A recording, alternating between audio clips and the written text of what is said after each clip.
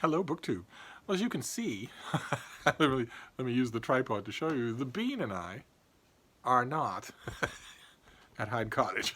We have come up to the old farmhouse for a nice long weekend. And that's going to cause a disruption in our videos. You know this already. I'll break it to you gently. I don't keep up 3 or 4 videos a day schedule when I'm here at the old farmhouse, but to compensate for that, I have a gigantic book haul to show you.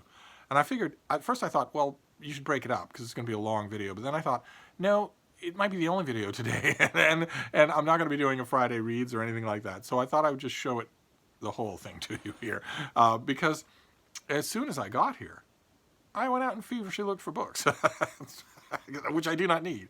So this first one is a Regency romance by the queen of Regency romance. This is Cotillion by Georgette Heyer. These covers were made for Harper in the 1980s, I think. Yeah, this was from 1981, and I grabbed it because I'm always in the market for Regency romances, and I don't think I have this one. And then it was only later that I realized what horrible shape it's in. So I will do what I can with it.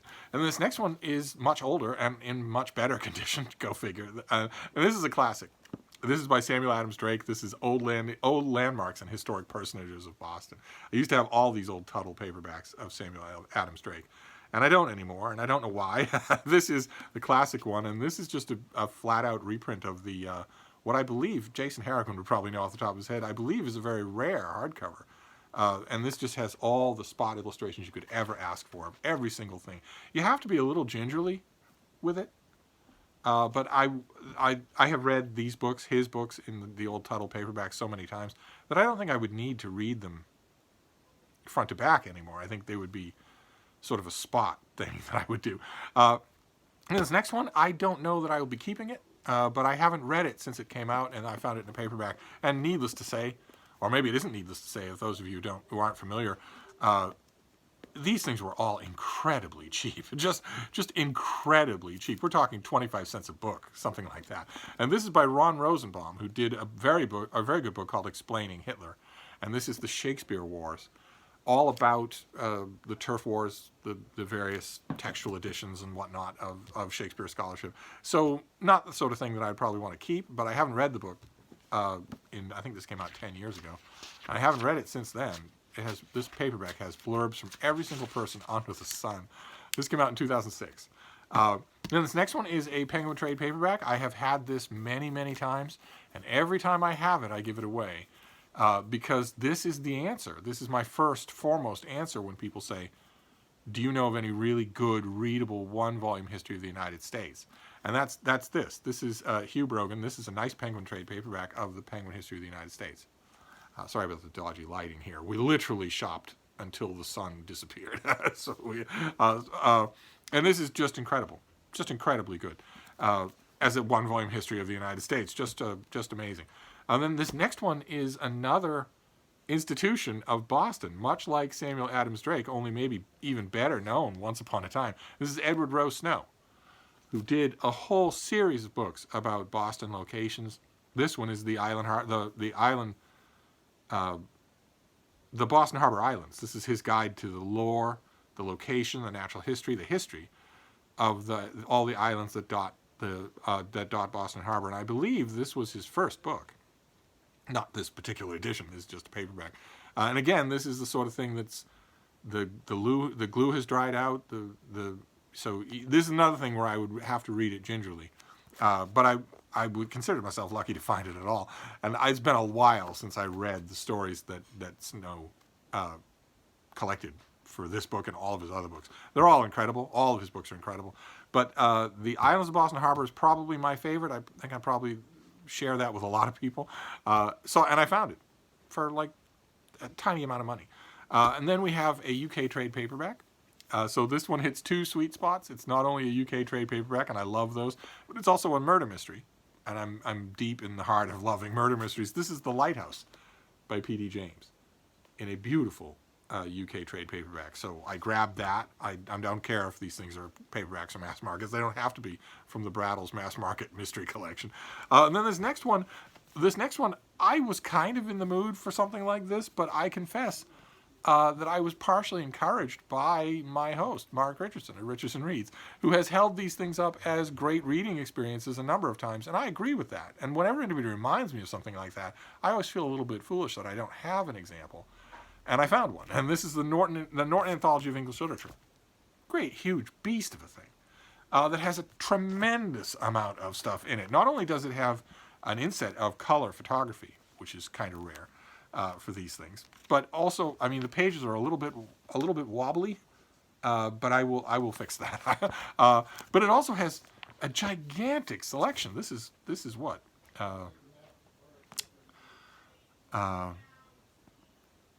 I'm trying to figure out what. Oh, we have appendixes here. I don't know that this even gives me a page. Oh, it's close to 3,000 pages long. So this is going to be a delight, and I don't have one of these, so this one will do just fine. Then, of course, Penguin Classics. Your Daily Penguin is another thing that's going to be a casualty of this visit. But I found 2 Penguin Classics. Very happy about that. The first one is 3 Soldiers by John Dos Passos. I will try to capture the light here. Has a little bit of a crease there that I can sort of fix. And the next one is something that I often like to joke about with all of you because I get a surprising number of questions about whether or not this is a worthwhile novel. Of course it is, because of its author, but it's nothing you have to rush right out and get. But I don't have a copy, or I didn't. And that's the Penguin Classic of Resurrection by Leo Tolstoy. Which the reason that I poo-poo it a little is because it's Tolstoy, one of Tolstoy's rare forays into just pure schmaltz. I mean, there's schmaltz all through War and Peace here and there are large layers of it in Anna Karenina, but this is just schmaltz. And that wears on me just a bit. But this is the Rosemary Edmonds translation. I didn't have a copy, so I was glad to see it. And this next one, a beautiful, new as the day it was made, trade paperback, of a nonfiction classic by a writer whose fiction I love. But his fiction sold really well in his lifetime. It was really popular. It was made into a whole bunch of adaptations. But it's this work of nonfiction that sold better than anything he did. And it's this. It's Fate is the Hunter by Ernest K. Gahn. There's a copy of this in every hangar in the country. Probably every hangar in the world. This is a nonfiction work about the pioneering days of aviation. And the experiences that you can have in a single-engine plane or a prop plane at too high an altitude or with an inexperienced co-pilot. Tons of great stories, most of which I know. I know most of the stories in here by heart, but I don't have the book, and the book is a classic, so I grabbed it, especially since it was dirt cheap. And then this next one is pastiche fiction, but I like pastiche fiction, but I lose my patience with it, and this is certainly no exception. There are quite a few authors in the table of contents of this book that I don't like. But this is Sherlock Holmes pastiche fiction. This is from Nightshade Books. This is The Improbable Adventures of Sherlock Holmes. And it has a whole bunch of people, science fiction writers slumming to write Sherlock Holmes. Stephen King, Neil Gaiman. But it also has a few people that I really like, including some Sherlock Holmes pastiche stories that I wouldn't find anywhere else. I'd have to buy somebody's collected works. There's one, for instance, I think from Vonda McIntyre, who is a really terrific science fiction writer that most of you will probably know only from her novelizations. She wrote the novelizations to Star Trek II and Star Trek III, and her novelizations are better than the movies. And I think she's in here. Yeah, she has a story in here. There are a bunch of other people that I don't really know that I think will balance the people that I do know that I think will just be vamping throughout the whole thing. This is a problem with pastiche fiction is vamping. And then these next ones, the next 3, it's got a sort of a little tradition that I have when I'm up in Vermont looking for books, is that I find hardcover romance novels. And as soon as I find them, I give them away. I think one of these is a double. One of these I have bought in another Vermont mail haul. You'll never see me get these things anywhere else. They seem to be here. I'm sure that if we go book hunting tomorrow, I will find more. But I found 3 hardcover romance novels that I will read and then probably get rid of to other people. The first one is Sabrina Jeffries, who's great. And this is only a Duke will do. I believe I have this already in a mass market. But it's always fun to see these hardcovers because you've got the florid cover on the front. And then you've got the treat of seeing the step-back cover artwork in full size without, staring into the crack of a front cover. That's always neat. Same thing is true with this one. This is another one I think I've got in Vermont before. This is Not Quite a Lady by Loretta Chase. And there is the front cover. And there is the torrid back cover. And then Kimberly Logan. This is A Kiss Before Dawn, and it has a florid front cover and then just an inset on the back. So I got three romance novels, not to let the side down, and then a hardcover reprint thing from Castle Books that intrigued me, even though I need more editions of this author, like I need an extra hole in the head. But I grabbed it anyway because it has features that I don't have. And this is Science Fiction Classics by Edgar Rice Burroughs. And one of the first things you notice about it, I don't know if you can make out the stories that are in here, but in fact, there are no science fiction classics in this book that's called Science Fiction Classics of Edgar Rice Burroughs. This is decidedly third-rate work of his. There's 2 Pellucidar novels and 3 Barsoom novels. His novels of Pellucidar are a little bit harder to come by. I don't have any of them. Now, these are the only 2 that I have. This has Pellucidar, which is the first one, and Tanar of Pellucidar, and a bunch of others. And they take place in a world inside the Earth that was introduced in a Tarzan novel, and that was once upon a time a great source of high adventure, innocent fun for me. I'm wondering how it will feel to read these stories now that I know that thanks to the internet, there's a vast number of people in America who believe there is a world inside the planet Earth. It's a little bit creepier when you read a book like this and you know some people believe it's nonfiction. but there's 2 of those and there's 3 Barsoom novels, but none of the Barsoom novels are the first 3. So you don't have any science fiction classics in here. But what you do have is old-style double columns and original artwork from, I think, the Pulps. In fact, maybe one of you, maybe Matt at Paperback Junkie or even Jason Harrigan, one of you would probably know better than I do. Where does this artwork come from? Is this from the original Pulps that's just been repurposed? I know in the Pulps it would probably have been, each panel would probably have been insetted into one of the columns and much smaller. And maybe here they've been reprinted at full size to be 1 page of artwork. I don't know. But one way or another, it was an Edgar Rice Burroughs volume to have. And I have a feeling there's another one. The more I look at this thing, the more I think that Castle Books made another Edgar Rice Burroughs volume. So that'd be wonderful to find, and who knows, I might find it here in Vermont. And then this next one was inspired by Rachel Morrow, who did the movie adaptation tag. I believe that's what it was, the movie adaptation tag, and she got to talking about Contact by Carl Sagan and the movie that apparently she really loves. And it made me realize 2 things. One, that it's been too long since I saw that movie, which does have some very effective bits in it, and far too long since I've read the novel. So when I saw it, and keep in mind, again, these things were unbelievably cheap, just unbelievably cheap. So we're walking out of these thrift shops with an entire shopping cart full of books between Mark and myself, having spent almost no money at all. So it was a perfect environment to indulge. And then I want to show you the last of the trade paperbacks that I got, and then there's a little blast of mass markets, and then we'll be done. The next of the trade paperbacks is Sven Burkett's book, The Gutenberg Elegies. This is The Fate of Reading in the Electronic Age, only this was done at the very dawn of the electronic age. So most of his gloomy predictions in here, the reality was 10 times worse than he thought it would be. And also maybe some of the benefits. I'm sure there'll be plenty of traditionalists out there who will say there are no benefits, but I think there's quite a benefit to being able to read any common domain book in the world by downloading it onto your phone in 2 seconds and having it with you all the time. I have a Project Gutenberg books, 100 of them on my phone at all times. I think there's something to that. There's something nice about that. But I haven't read this thing this came out in the 1980s, I believe. Let's take a look. 1994. I read it in 1994, and I poo-pooed it. And then I read it again, I think about 15 years later, and I don't have a copy, and it definitely belongs in my bookcase of books about books. This next one is a Penguin trade paperback. This is just pure self-indulgence. If you have not read this author, then you should indulge yourself at least once or twice. She's famous for one big, enormous book. This is a different big, enormous book. There's Shadows of the Moon by M.M.K., who wrote The Far Pavilions. And the Far Pavilions ensured that neither she nor her heirs for all of time would ever have to work again. But she wrote lots of other books, and Shadows of the Moon it takes place, I believe, if I remember correctly, during the Great Mutiny in the Raj. It's a Raj novel, very opulent, very good in terms of escapist fiction, So I just grabbed it because why not? And then the next one, these mass markets were so cheap that I felt that I could indulge. I had this book once upon a time, a long time ago, and totally forgot about it.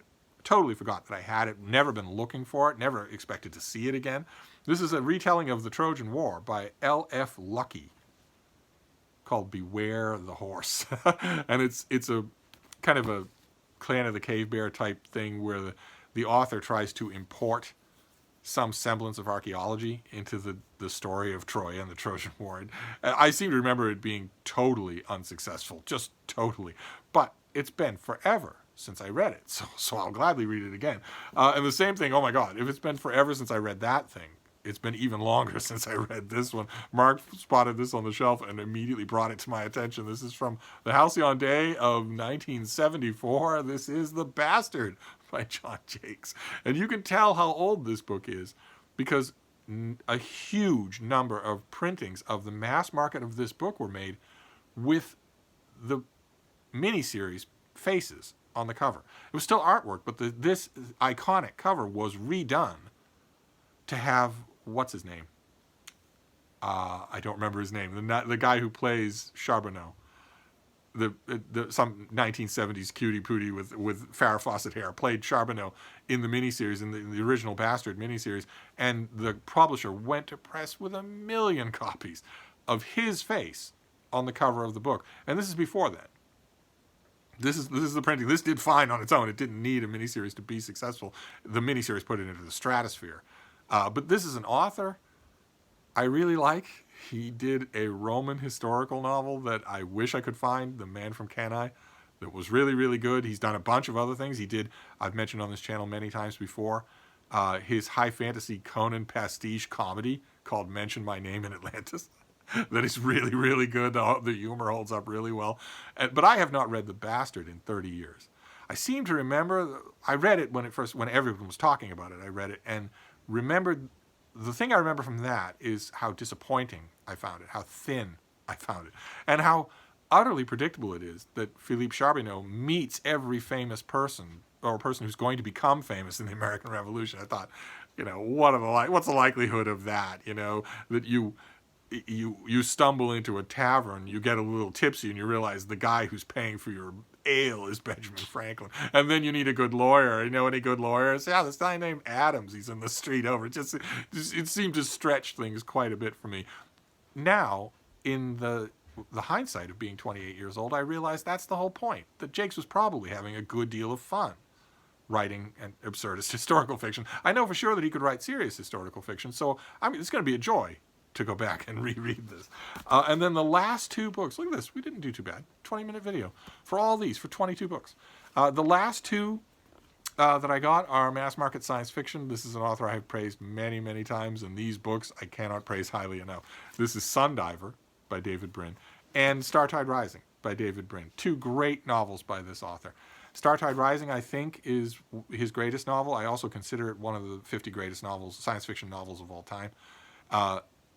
About a ship that is crewed by humans, a genetically engineered chimpanzee, and some genetically engineered dolphins, including the captain, Captain Krydeiki. And they are suddenly the ship, Seeker, suddenly finds itself hunted by every advanced alien species in the galaxy for a variety of different reasons. And it's terrific, absolutely terrific. It has hard science, it has broad-scale science space opera, and it also has thrilling action sequences. There is a chase sequence 2/3 of the way through this book. This will be one of the best chase sequences that you've ever read, and it's between two aquatic mammals. There's no humans involved. There are no spaceships or horses involved. It's still thrilling. And Sundiver is about a mission to the sun. And Mark and I were talking earlier today that David Brin is an actual scientist. So the science in his science fiction is not phoned in and it's not fuzzy. And the science about the sun in Sundiver is amazing. Just amazing. You read it and then you flash forward. If you're me, you read it and then you flash forward in your mind to those photos, those renderings that came out just a week ago of the most up close visual representations of the surface of the sun that we've ever seen. The info about the sun in here is incredible, and yet the thing that sells this book is purely, purely human. A man grieving for his dead partner. And David Brin times it perfectly.